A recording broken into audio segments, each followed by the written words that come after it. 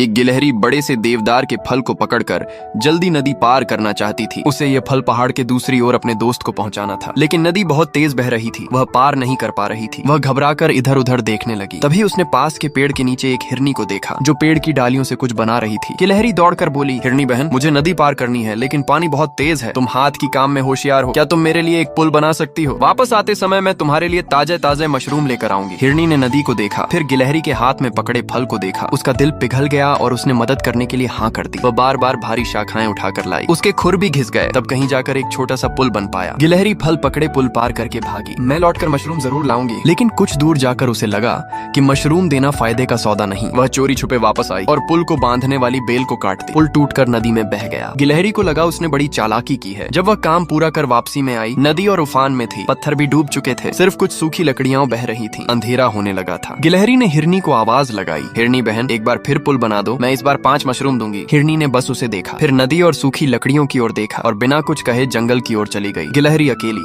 ठंड में कांपती रही और उसे याद आया कि कैसे हिरनी के खुर घिस गए थे और कैसे उसने खुद ही पुल को तोड़ दिया था। अगर उसने लालच में पुल नहीं तोड़ा होता तो वह अब आराम से घर पहुंच चुकी होती। भरोसा सबसे कीमती होता है, एक बार टूट जाए तो फिर आसानी से वापस नहीं मिलता।